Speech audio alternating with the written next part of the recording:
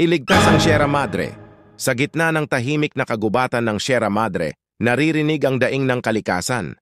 Dati, dito sumisilong ang mga ibon, agos ang malinis na tubig, at nakatayo ng buong tapang ang mga punong nagpoprotekta sa atin.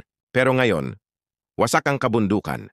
Bawat putol na puno, bawat hukay ng mina, sugat yan sa kalikasan.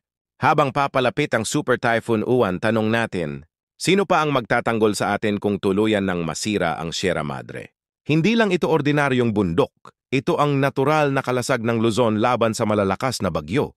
Kung tuloy-tuloy ang pagmimina at pagkakalbo ng kagubatan, wala nang haharang sa hagupit ng ulan at hangin. Ngayon ang panahon para kumilos. Ipaglaban natin ang kalikasan, ipaglaban natin ang Sierra Madre, ibahagi ang mensaheng ito. Itag ang mga kaibigan, mga lokal na lider at mga opisyal. Huwag tayong manahimik habang unti-unting nawawala ang ating kalasag laban sa unos. Kilos ngayon, hindi bukas.